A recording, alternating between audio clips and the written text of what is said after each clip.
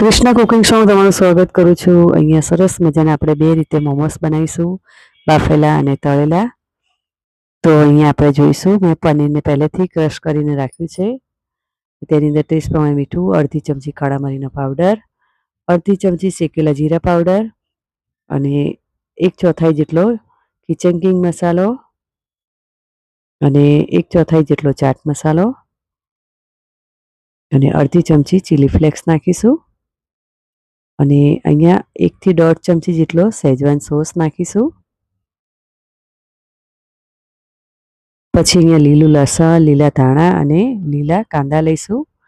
બધી વસ્તુને આપણે પનીરની અંદર નાખી દઈશું. અત્યારે શિયાળાની સિઝન છે તો બધી વસ્તુ મળી રહે છે, તો બધી વસ્તુ તેને નાખી દેવાનું અને બધી વસ્તુને સારી રીતે મિક્સ કરી લેવાનું. જો તમને મારો આ વિડીયો ગમે તો લાઇક, શેર અને સબસ્ક્રાઈબ કરજો, બેલ આઇકન દબાવજો અને કમેન્ટ કરજો.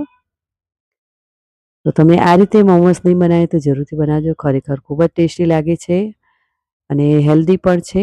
તો અહીંયા આપણે થોડું લીલું મરચું સમારી નાખી દઈશું. તમને તીખું ભાવે એ પ્રમાણે તમારે મરચું નાખવું. પછી મરચું સમાર્યા પછી આપણે બધી વસ્તુને પાછું મિક્સ કરી લઈશું. મેં આના પહેલાં પણ વેજીટેબલના મોમોસ મૂકેલા જ છે. તો હાથેથી તેને મેં મિક્સ કરી લીધું છે બધું પનીર. આ બાજુ આપણે વેજીટેબલનો પણ માવો બનાવી લઈશું, એટલે કે મિશ્રણ તૈયાર કરશું. તો એક કઢાઈમાં 2 થી 3 ચમચી જેટલું તેલ લીધું છે. તેની અંદર આ બધી વસ્તુ વેજીટેબલ સમારી નાખી દેવાનું છે. અહીંયા લીલા કાંદાના પાન પણ છે. તો અહીંયા જે આગળ સફેદ કાંદાનો ભાગ આવે તે મેં લીધો છે પહેલાં. તેની અંદર લીલા મરચાંના કટકા અને લસણ નાખી દીધું છે. ચોપરમાં બધી વસ્તુને મેં ચોપ કરી દીધી છે. તે ચોપરમાં ચોપ કર્યા પછી તેને સાતરી લેવાનું છે તેલમાં નાખીને. સતળાઈ ગયા પછી લીલા પાન આપણે કાંદાના નાખી દેવાના છે અને તેને પણ સાતરી લેવાનું છે. પછી અહીંયા ગાજર, કોબીસ, કેપ્સિકમ બધી વસ્તુને મેં ચોપરમાં ચોપ કરી લીધું છે. તો બધી વસ્તુને આપણે તે કઢાઈમાં નાખી દઈશું અને તેને આખું પાછું કરી લઈશું. આપણે બહુ ચડાવવાનું નથી. પછી ટેસ્ટ પ્રમાણે મીઠું નાખીશું. અહીંયા 2 ચમચી જેટલો રેડ ચીલી સોસ અને 2 ચમચી જેટલો ગ્રીન ચીલી સોસ અને શેઝવાન ચટણી પણ નાખીશું, 1 પેકેટ જેટલું. બધી વસ્તુને મિક્સ કરી લઈશું અને અહીંયા 1 ચમચી જેટલો આપણે સોયા સોસ નાખીશું. તેને પણ મિક્સ કરી લઈશું. મિક્સ કરીને તેને ઠંડુ થવા દઈશું.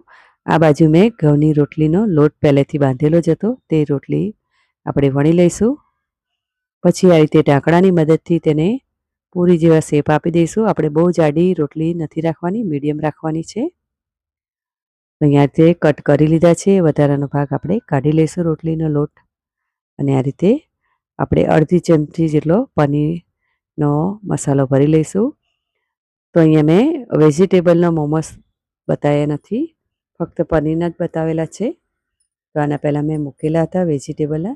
તો અહીંયા મોમોઝના શેપ મને હજુ બનાવતા આવડતા નથી, એટલે મેં બરોબર શેપ નથી આપ્યા. તો તમને આવડતા હોય તો તમે જરૂરથી શેપ સરસ આપજો. તો આ રીતે મેં તેનો શેપ બનાવી દીધો છે, તેને ચિપકાવી દીધો છે. તો ઘઉંના લોટના મોમોસ છે. તમે મેંદાના લોટના પણ બનાવી શકો છો. તો અહીંયા પહેલેથી પાણી ઉકળવા મૂકી દીધું હતું. તેની અંદર મોમોસ પણ મેં બફવા મૂકી દીધા હતા. 15 થી 20 મિનિટમાં તે થઈ ગયા છે. તેને ખોલીને ચેક કરી દીધા. આ બાજુ બીજા મોમોસ પણ આ રીતે તળી લઈશું. તમે તળેલા પણ બનાવી શકો છો અને બાફેલા પણ, 2 રીતે મેં બનાવ્યા છે. તો અહીંયા ચટણીનો વિડીયો મેં નથી મૂક્યો, તો ચટણીનો વિડીયો ઉતાર્યો પણ નથી. તો આ રીતે બાફેલા અને તળેલા મોમોસ તૈયાર થઈ ગયા છે. તમે પણ આ રીતે બનાવજો. ખૂબ જ ટેસ્ટી બન્યા હતા મોમોસ.